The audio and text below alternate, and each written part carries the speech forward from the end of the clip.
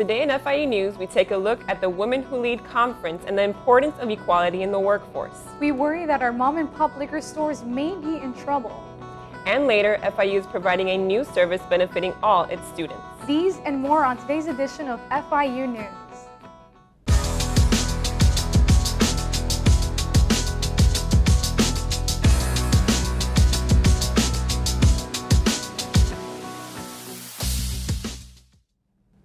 Good morning, Panthers. I'm Brianchelis Hernandez. And I'm Camila Fernandez. Welcome to another edition of FIU News.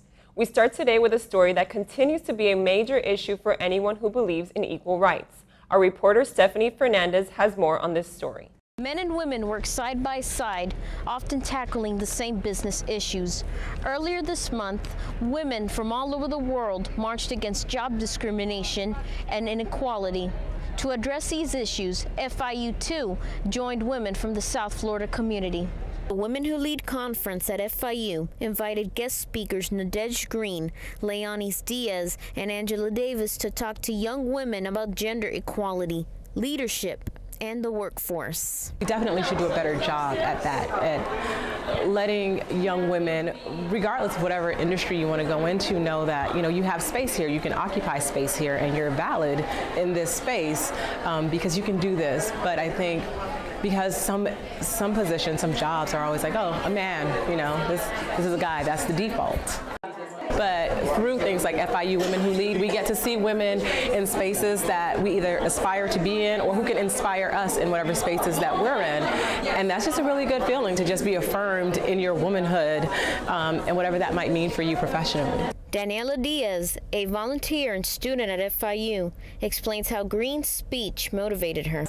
I'm just absorbing all of it, all of the empowerment, all of the leadership. I love it. Hearing Nadege Green speak was just amazing because of the relatable experiences and especially the industry that I'm trying to get into. It's not communication, but it is law. So hearing that, just her story, was just very encouraging for me.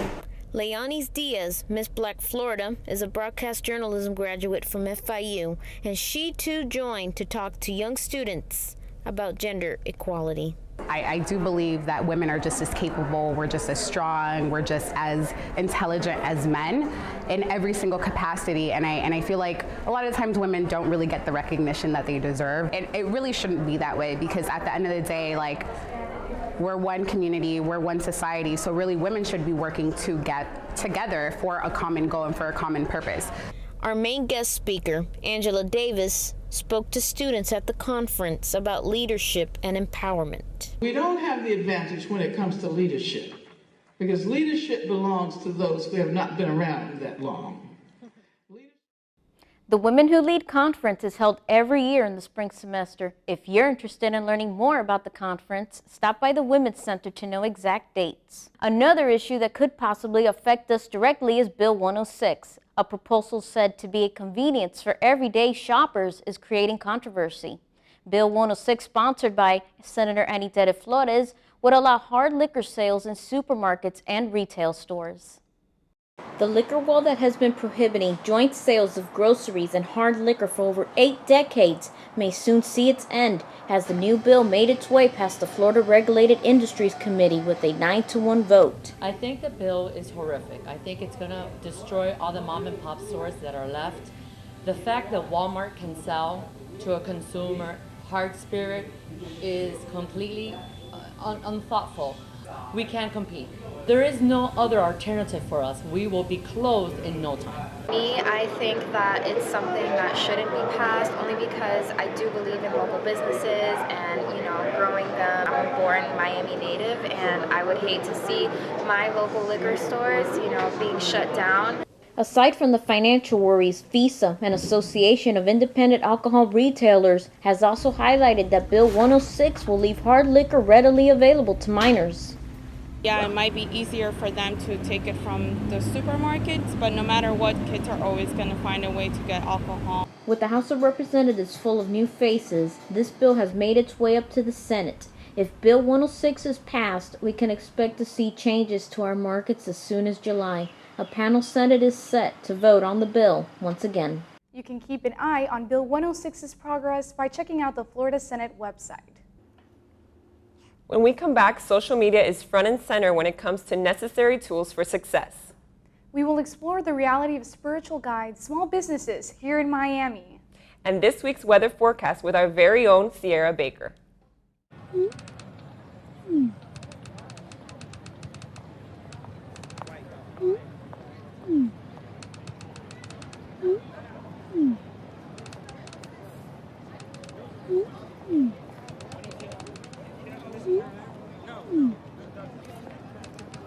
Don't ignore the subtext. It's on us to intervene in sexual assault. Because we can. Take the pledge at itsonus.org. Welcome back, Panthers. Millennials are transforming our jobs as they now turn more towards their phones for news.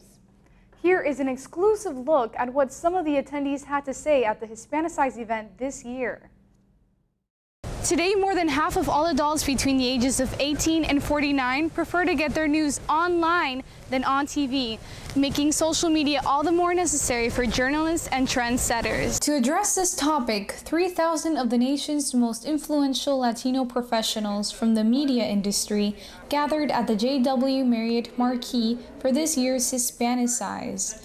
It is the largest 4-day annual event for Latino trendsetters and newsmakers. Award-winning reporter Stephanie Bertini said social media is transforming the journalism industry. She says platforms like Snapchat and Instagram are an extension to her work as a journalist. I've seen the industry, television, news, journalism in general change a lot because of, especially now, the place of social media. The social media component, anybody can do social media, right? The journalists on social media, our job is a little different because we got to do it like everybody else, but we have to give the context that a journalist would give. There's a responsibility associated with that too. According to the Pew Research Center, among people who get their news online, 56% prefer mobile over desktop. Video blogger Sue Evelyn Gill, also known as Starring Sue, has more than 16,000 followers who watch her travel the world. I went to school for communication and journalism. It's what I did. So I basically did a lot of posting back home. And so that, I think, contributes a big portion to what I do. She says journalists should pay more attention to social media as millennials turn more toward their phones. As TV is kind of coming a little bit down, social media is starting to grow more and more. Now you see news on social media. Now you see news live on social media. You know, you don't even really go on to turn on your TV anymore. At least I don't. Everything is on Instagram, YouTube, Facebook. Google Partner Development Executive Tim Buckley said it's critical for publishers to create unique content that will bring more followers to their mobile sites. As the internet and users move and shift towards mobile devices and traffic shifts to mobile, it's really important for the properties and for the publishers out there to think of kind of that mobile first approach. So aside from that, it's really about engaging users, so creating content that's unique and new and innovative and exciting.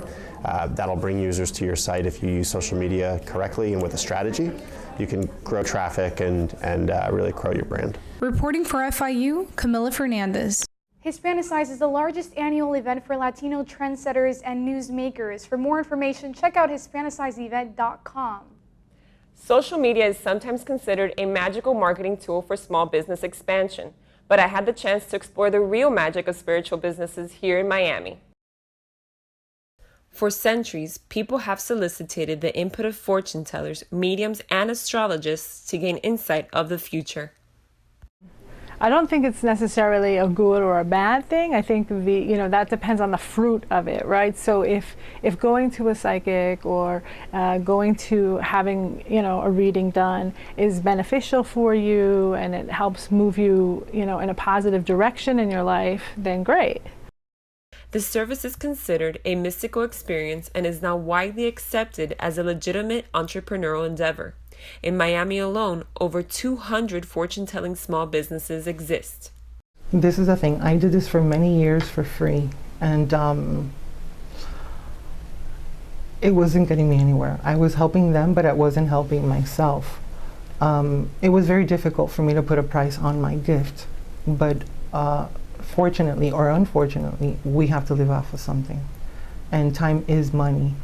But according to the U.S. Department of Labor, Business owners in Miami who offer spiritual guidance, mystic healing, and psychic readings are categorized as providing amusement and recreational services. And I try to help the people that come, and this is the most important thing for this business. This is for me like a platform where I can provide, where I can give some of the things that I've been gifted.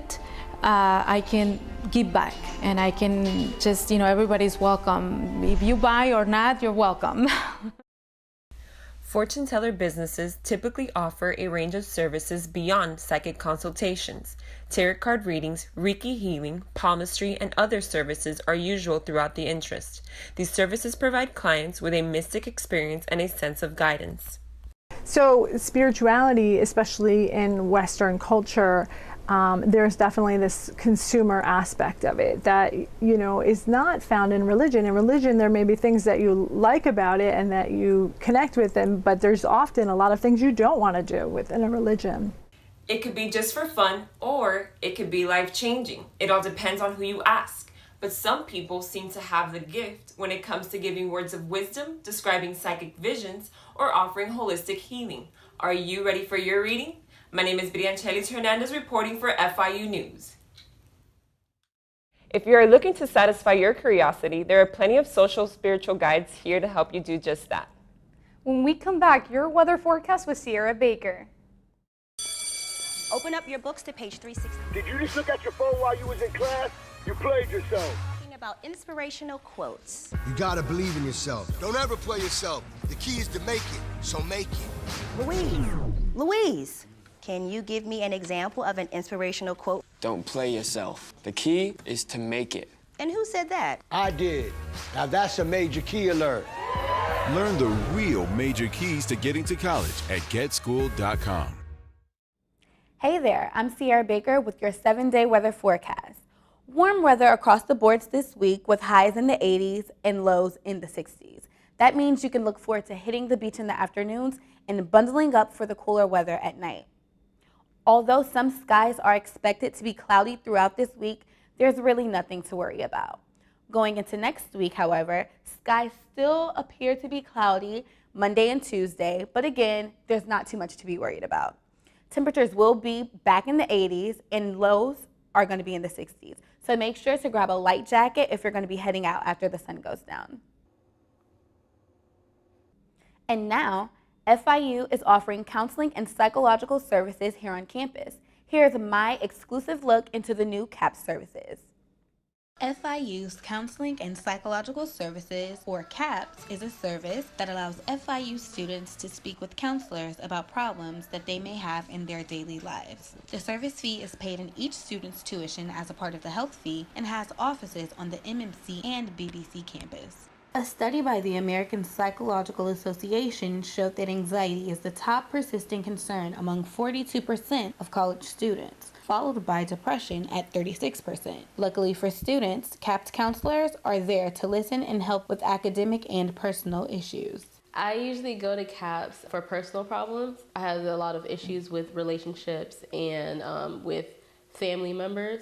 So everything was more based on that. I feel like I do pretty good in school, so I didn't really need help with the school aspect. First, it was just a one-time thing, just to see how it was, but now I do go. For me personally, it was more of going to vent and talk about what I need to talk about instead of holding it all in like I usually do. I have friends and family members that would listen, but I'm not the person that likes to tell everybody my problems regardless of how close you are to me. Brady Yoakum, a pre-doctoral psychology intern at CAPS, along with 4 other counselors at FIU's BBC campus, speak to students on a regular basis and try their best to assist students with life choices.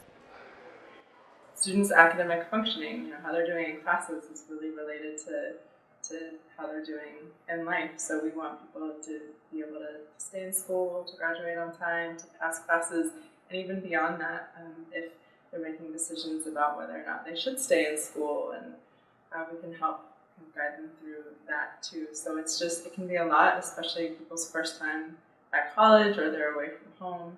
it's really important to have some support on campus. Along with individual counseling, CAPS also offers group and couples counseling, body acceptance programs, nutrition, yoga, and many other services to help FIU students with their mental health. FIU CAPS has worked wonders in helping students achieve goals and persevere throughout their college careers. If you or a friend are interested in counseling and would like more information, simply visit caps.fiu.edu. CAPS will even be open during school breaks Monday through Friday from 9 a.m. to 5 p.m. Make sure to check out FIU's Student Affairs website for more information. Although sometimes feared, honeybees are responsible for pollinating approximately 80% of all fruit, vegetable, and seed crops in the U.S. The Broward Beekeepers Association's 75 members are helping to do their part to save the bee population.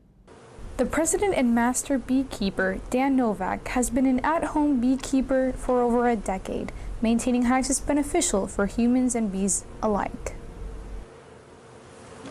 This way we can get up to date with things that some beekeepers will find of help to us. They will solve a problem and they'll share the results with us.